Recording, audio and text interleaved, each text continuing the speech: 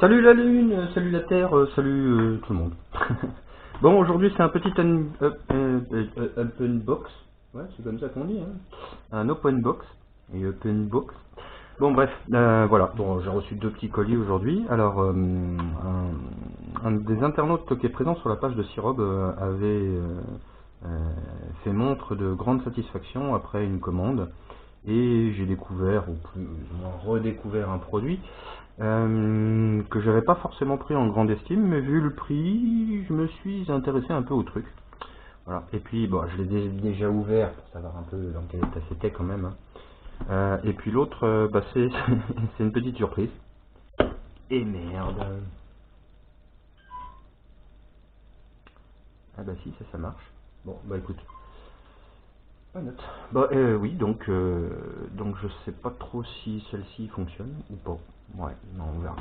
Allez, on fait l'ouverture des bestiaux.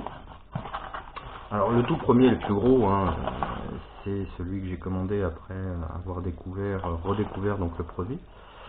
Je connais pas forcément très bien, je connais même pas du tout en fait. La marque Unity, je la connais de nom, mais je sais pas ce que valent leurs produits. Toutefois, lorsque l'internaute en question, je me souviens plus son nom, avait parlé de cet appareil, j'étais un petit peu surpris. Il me semblait l'avoir vu plus cher.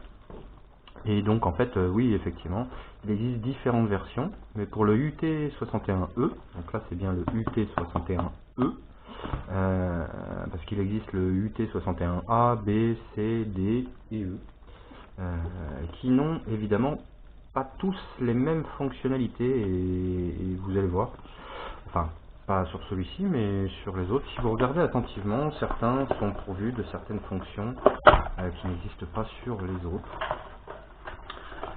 Alors, voilà. Oups. Alors, on a le multimètre, évidemment. On a un CD. Oui, parce que c'est un multimètre qui peut se raccorder sur un PC. Alors, ce qui est très rigolo, d'ailleurs, alors je ne sais pas si toutes les versions sont comme ça, mais le UT61E, en fait, c'est un appareil qu'on peut normalement raccorder à un ordinateur. Et sur la boîte, il y a marqué RS232 USB. Moi, je veux bien, mais alors déjà, rien qu'à l'ouverture, on s'aperçoit qu'on a du RS232 sous format de port... ah merde, je perds le nom. Sous le format port DB9. Voilà. Donc du RS232, vraiment du RS232 quoi. Donc voilà. Après, l'échange se fait par un optocoupleur qui est plutôt... c'est plutôt malin. Alors optocoupleur oui et non, mais enfin bon voilà.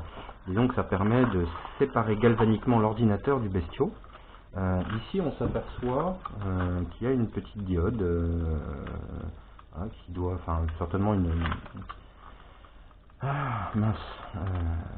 Bref, ça reçoit un signal lumineux. Voilà. C'est une diode. Voilà. Je perds mes mots, je perds les mots, bref. Donc j'essaie de rester concentré. Allez, donc là en fait on s'aperçoit à l'arrière du bestiau qu'on a deux petites fenêtres. Alors pourquoi deux, je sais pas. Peut-être que l'une détecte la présence de l'autre, mais je vois pas pourquoi deux en fait. Et en fait, lorsqu'on vient cliquer dessus, hop, on se retrouve voilà, avec la possibilité de brancher sur un ordinateur. Bon alors franchement, de prime abord, je dirais que on en a pour son argent, hein, une trentaine d'euros, entre 30 et 40 euros. Les cordons sont, c'est des cordons. Ils sont pas forcément, ils sont pas si mal que ça en fait. Ils sont relativement souples. Bon, c'est pas des cordons, ça a pas l'air d'être du silicone. Hein. Non, c'est pas aussi moite que du silicone. Bon, après, c'est des cordons comme beaucoup se font aujourd'hui, avec les petits trucs de protection, les petits machins, les trucs qui vont bien quoi. Voilà. Bon. Alors ce qui est un petit peu dommage, moi je trouve que sur des appareils de mesure, je trouve un peu dommage qu'on fasse pas, qu'ils fassent pas des cordons doubles, avec une possibilité de venir brancher autre chose par-dessus. Voilà. Un autre appareil de mesure ou peu importe. Mais moi j'aime bien les trucs qui peuvent se machiner de cette façon-là. Alors premier truc qu'on voit, c'est que bah, déjà ici en fait, je sais pas si ça nage, mais en tout cas c'est pas très fixe. On s'aperçoit que les broches ici, moi j'aime pas trop ça en fait. Alors, je sais pas à quoi c'est dû. Est-ce que c'est la broche en elle-même ou... Ouais, ça bouge légèrement. Ah, par contre à l'intérieur ça bouge beaucoup. Alors bon voilà, ça c'est le genre de truc j'apprécie moyennement, voire pas du tout. Moi j'aime bien quand le brochage interne, quand les plugs internes sont bien fixes. Voilà.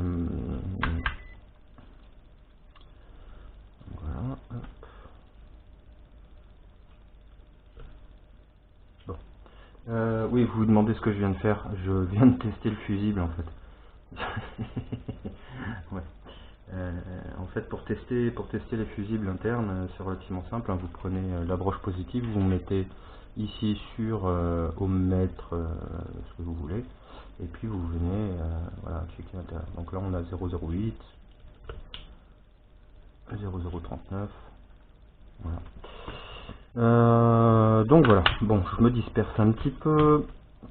Alors dessus, on a des positions. Alors, faut savoir que c'est un multimètre. Qui apparemment serait relativement précis. En tout cas, lorsqu'on l'allume, déjà, on s'aperçoit d'un truc, c'est qu'on descend à 4 comment on appelle ça, chiffres après la virgule, et que donc logiquement, on est censé avoir quelque chose d'assez précis. Alors, je vais prendre mon étalon qui lui n'est pas très précis. Un AD584M, malheureusement j'ai pas eu la même chance que Philippe, je suis pas tombé sur la version hyper précise, on va dire. Alors, on va quand même... Alors c'est une source de tension, pardon. Une source de courant, enfin pas de courant, une source de tension qui est censée fournir normalement les valeurs à 3 digits en dessous. Parce que bon, ils ont quand même eu le culot de mettre 2,500, 5,000, 7,500 et 10,000. Alors logiquement, on devrait avoir ça, plus le dernier digit qui bouge. Mais bon, m'étonnerait fort. Alors à 10 volts, ah bah si, putain, on est dans le... À 10 volts, on est à 10,001. Ok. Pas mal du tout. Sauf que... Qu'est-ce qui vient de se passer? Sauf que la source de tension est en rade. Elle est pas mal celle-là. Ok. Alors, faut savoir un truc, c'est que je viens de faire glisser la broche et qu'elle est tombée au fond. Alors, je sais pas si ça a pas court-circuité un truc dans le bazar. Ensuite de ça, ce boîtier est franchement pas aux bonnes dimensions, mais c'est pas grave. On lui en veut pas. Alors, on essaie avec une source extérieure parce que bon, apparemment la batterie qui est dans le bazar est HS. Et oui, effectivement, il y a un petit souci.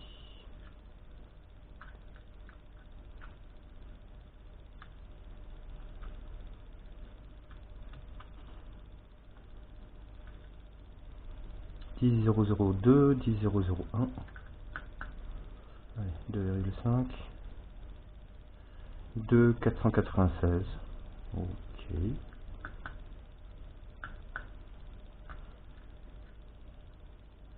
« 5,002. 4,999. » Alors, qu'est-ce qui manque de précision, lui ou le multimètre? Je ne sais pas, mais ceci dit, la précision est quand même relativement présente puisqu'on est à 7,498 pour une valeur de 7,500. On a 2 millivolts d'écart, entre 1 et 2 millivolts d'écart. Ça reste franchement très acceptable, je dirais, pour un multimètre qui fait 35 ou 40 euros. C'est même plus qu'appréciable. Voilà. Alors ensuite, qu'est-ce qu'on a? On a plusieurs fonctions en fait. Alors, on a un bouton jaune, un bouton bleu. Et lorsqu'on regarde le cadran rotatif, là, on s'aperçoit qu'on a tension, et puis en dessous on a une inscription HZ, donc Hertz, en jaune, donc, et puis alternatif en bleu. Donc là effectivement on est bien en DC ici, donc on voit bien la fonction DC. Oui, j'essaie de m'adresser à deux caméras en même temps, mais bon, je ne sais pas si celle-ci fonctionne. Alors, voilà. Donc on a la fonction DC. Si j'appuie dessus, on passe normalement. Ah oui, non, j'ai appuyé sur le jaune, donc on est passé en Hertz. Et là tout de suite on s'aperçoit que on a bien quelque chose qui apparaît. On a le 50 Hz qui apparaît, alors que je suis branché sur absolument rien du tout. Ceci dit, ouais, pas mal. Chez moi ça rayonne un peu, on va dire. Pas vraiment de blindage particulier. Ceci dit, rien qu'en étant comme ça en l'air, à proximité de pas grand chose, on chope bien le 50 Hz. Bon. Si on appuie sur le bleu, alors si on appuie sur le jaune, pardon, on passe sur un pourcentage. Alors j'ai pas eu le temps de lire la doc, mais je présume que ça doit être le rapport cyclique, mais je n'en suis pas sûr. Et puis on repasse en mesure de tension courant continu. Là on passe en courant alternatif, donc bon, effectivement on a 0, quelque chose, mais bon on n'est pas câblé. Ceci dit, il se pourrait très bien que je chope quelques parasites, et voilà. Donc voilà, ça c'était le premier truc. Après on passe en millivolts. Alors là c'est intéressant. Tout de suite on voit que le bestiau il travaille. Il est un peu perturbé, je dirais, par les différentes sources qui peuvent être présentes chez moi. Alors, sources électriques, je précise, parce qu'il existe aussi des sources radioactives, des sources radio tout court, et il existe aussi la source de Lourdes. Elle était légère, celle-là.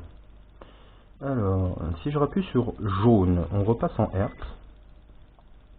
Ceci dit, ici, rien ne s'affiche. Donc je présume qu'on a dû passer sur un autre mode de lecture un peu moins sensible.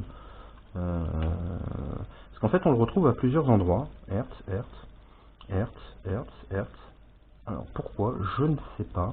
Ceci dit, il doit y avoir basse ou très basse fréquence. Ah bah non, là ça...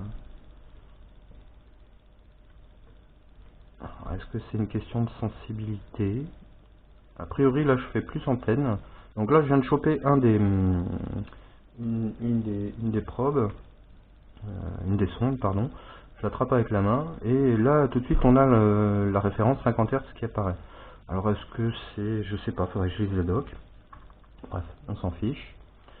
Donc là, on est en millivolts à la base. Là, on rappuie sur le jaune. On est sur un pourcentage UL. Alors, qu'est-ce que c'est UL là?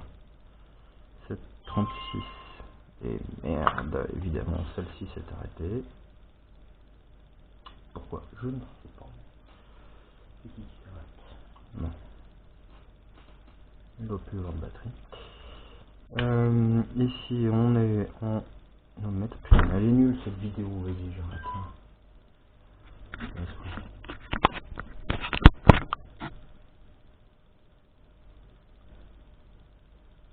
Ah bah non, en fait, j'arrête pas. Bah pourquoi il a fait une petite musique là? Ah, con. Bon bref. Désolé. Bon alors tout le monde retire ces espèces de petits trucs de protection. Moi j'aime bien les garder jusque longtemps. Comme ça j'ai toujours l'impression d'avoir un écran neuf quand je l'enlève. Voilà. Moi ça me dérange pas plus que ça pour la lecture. Voilà. Bon, bah on va continuer avec la caméra 360, on verra bien ce que ça donne.